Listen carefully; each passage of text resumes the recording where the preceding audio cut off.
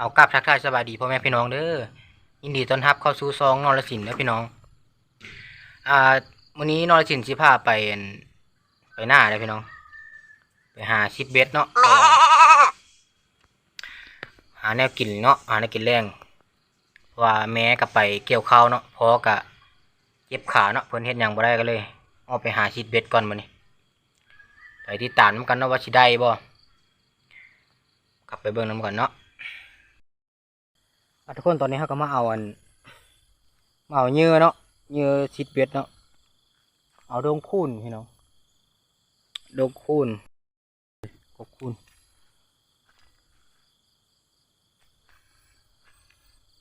หลายมันยังบ่ทันได้สุกเนาะพี่น้องยังบ่ทันได้ห้าวยังเพราะว่าเฮาต้องเอาตัวมันห้าวเนาะโดดที่มีดงอยู่ทางในเนาะแบบนี้เฮาสิมาทุบเอาเนาะทุบดงอยู่ทางในมัน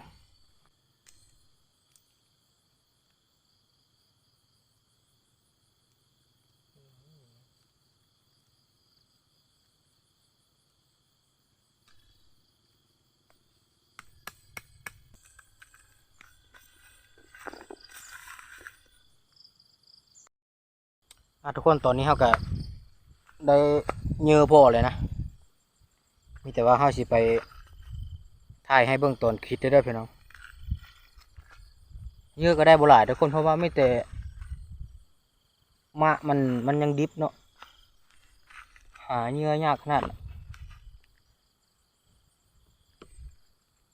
ไปเบิ่งตอนเฮาคิดเลยทุกคนตอนนี้เฮาก็ได้ฮอดหน้าเลยนะพอดีเฮามาฮอดหน้าแล้วเฮาเบิ่งกกมะฮุ่งเนาะเห็นมะฮุ่งสุกประมาณ3 หน่วยเนาะสิลงมากินเนาะเพราะว่าตัวนี้ยังไม่สุกเสียงมะฮุ่งเรามากินกันแสบแล้วนี่นะเอาลงมาเลยเนาะ2 หน่วยยังอีกทุกคนตอนนี้เฮาก็มาฮอดหมายเนาะหมายวันที่เฮาสิคิดเนาะอันนี้ก็หนองข้าพเจ้าเองเนาะมาลองบนกันว่ามันสิได้บ่มื้อนี้ติดตามมาชมกันได้พี่น้องว่าสิมานบ่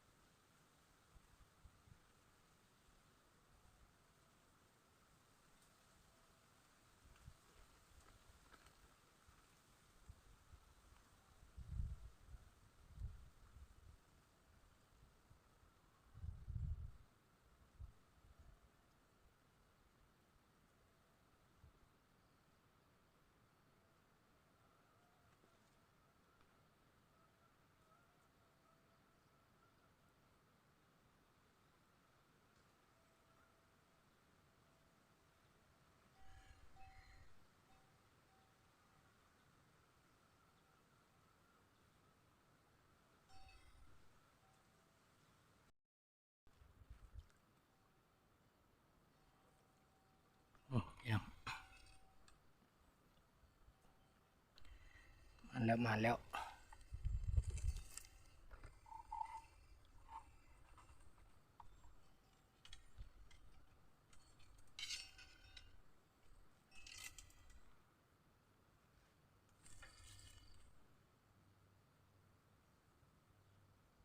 นี่จะซ้ำนี้พี่น้องปลา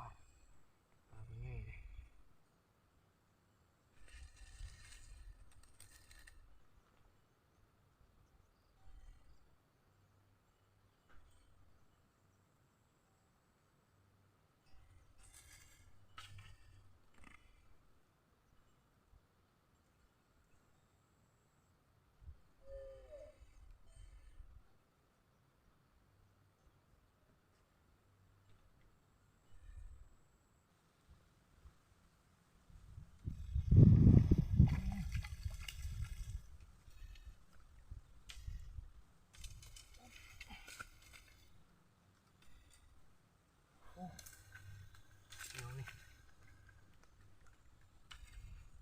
มาแล้วตัวใหญ่นี่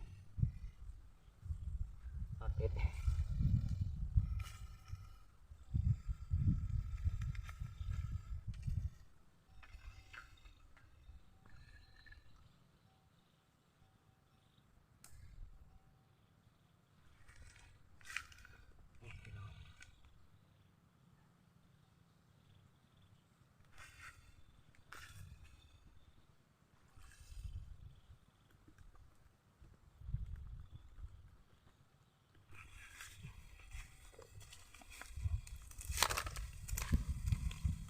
มาแล้ว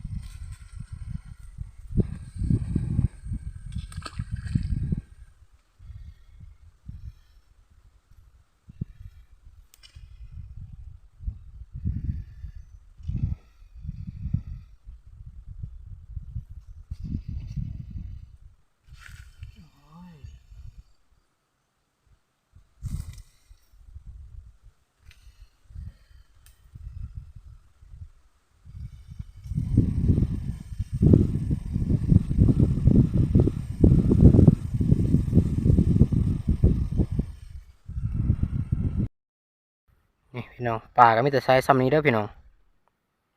ปลานิ่นทั้งเบิดสลายพอปิ้งเนาะ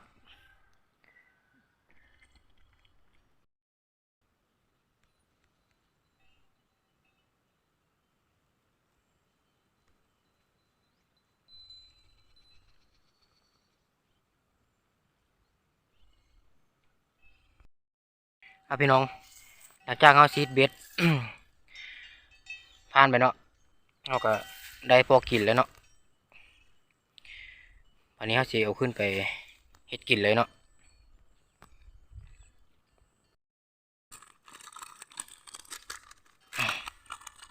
นี่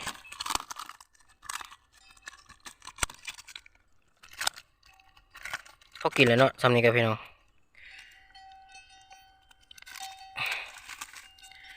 ตัวมันถือหลายตัวอยู่ได้เพราะว่ามันรูดไปเนาะตัวใหญ่ก็มีมันรูดไป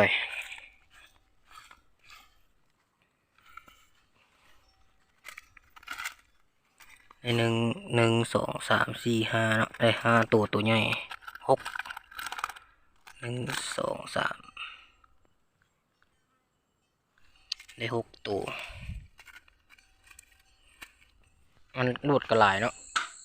เดี๋ยวมาหน้าจะมาจิดไหมเท่านี้ป่ะเยอะกินไปแล้วเขากับบาลากันนะ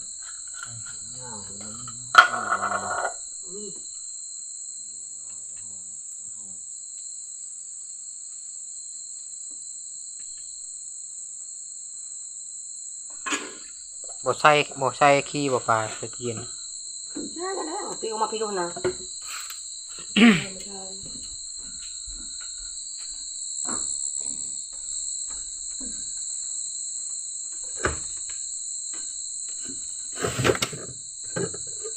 อิงเหรอชื่อสมอนี่อย่ามาลงหลายกินเพื่อไปเท่าที่ยากมีกินเลยตัวนี้สิเฮ็ดลาบเอาหม้อขาวเอาที่คูมาวิด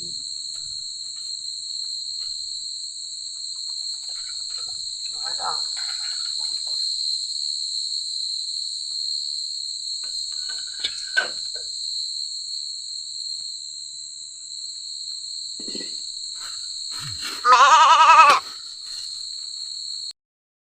อยู่แล้วล่ะ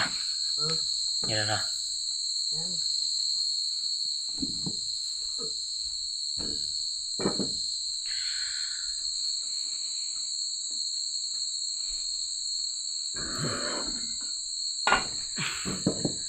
เป็นคนบ้านนอกนี่นะพี่น้องเอ้ยบ้านนอกบ้านหน้าเฮา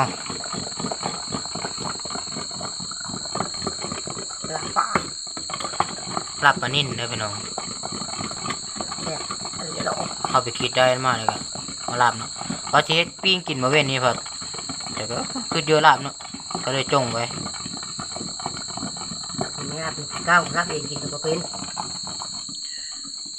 อีแม่ปิ้งแม่ลาบตอนนั้นปิ้งเนาะโกไปดิ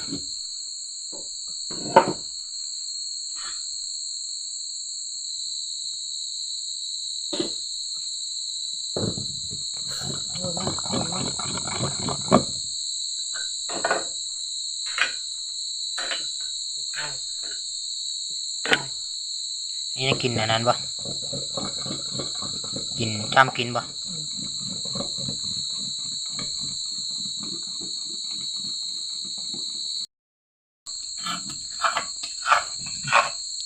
ตอนนี้เราแบ่งให้เมทัลเนาะ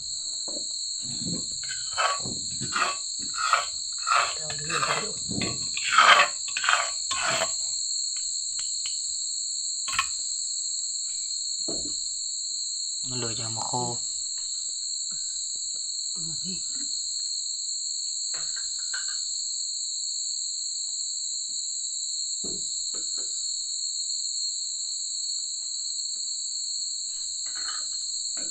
โทรศัพท์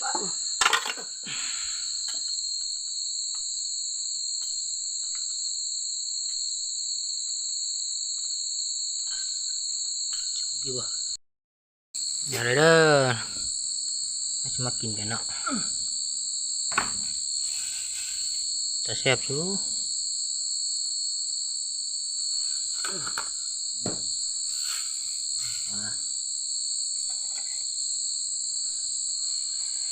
แม่บ่กินบ่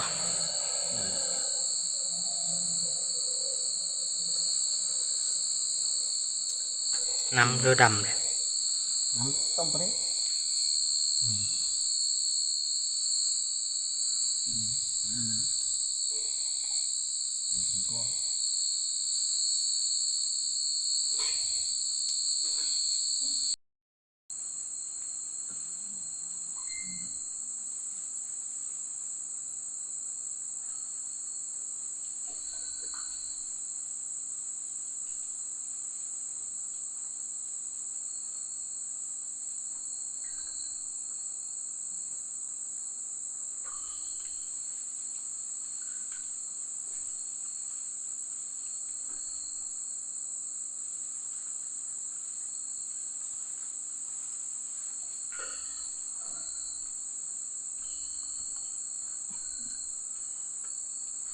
ช่วยกันเด้อทุกคนเด้อ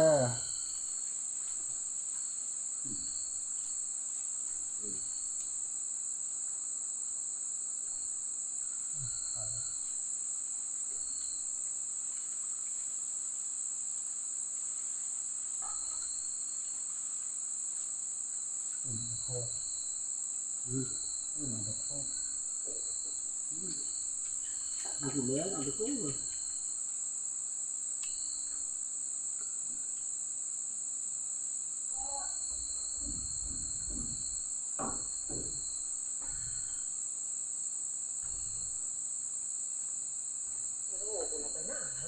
อย่างนี้เหรอ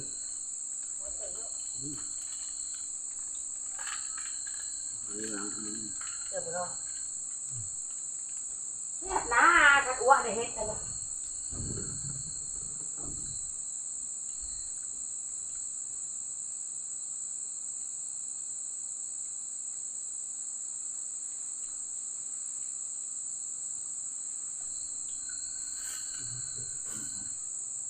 ผูกนี่ใช่ไม่รู้ป่ะ จริงเหรอ นี่ละ เหงาแล้วป่ะไม่นานแล้ว นั่นมาเปลี่ยนเลยเปลี่ยนก็ดีเลยก็ดีนะมันมีความ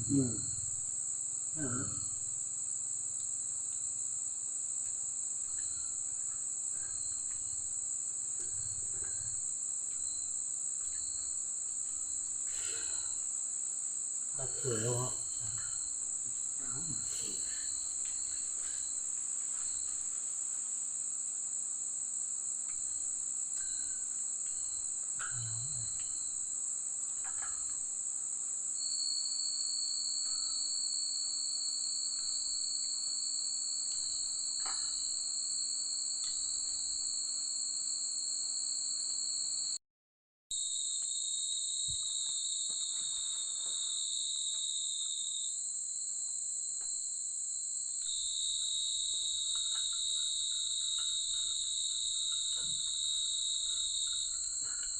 ตีสุด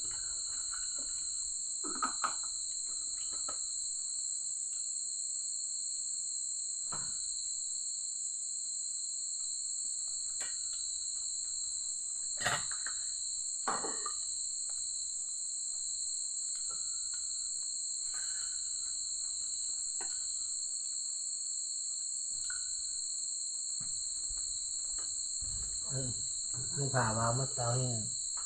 โมแบนเหลือเงิน5 แบนนะ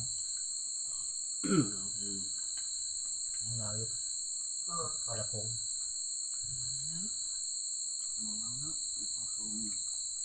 วันละจันทร์เดือนสี่นี่ ตัว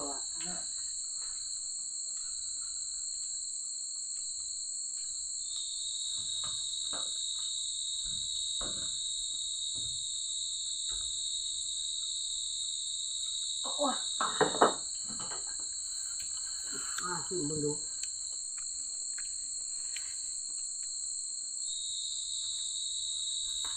ดิเรื่องข้าว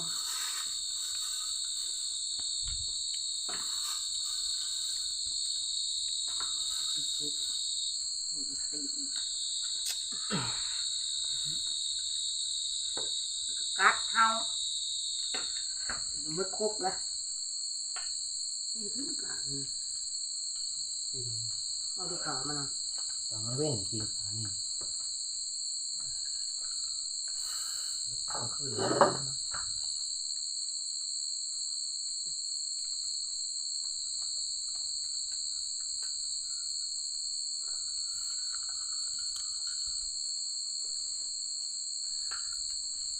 คนทางห้าวห้าวไอ้น้องห้าวท่านนี่กูให้เป็นอะไร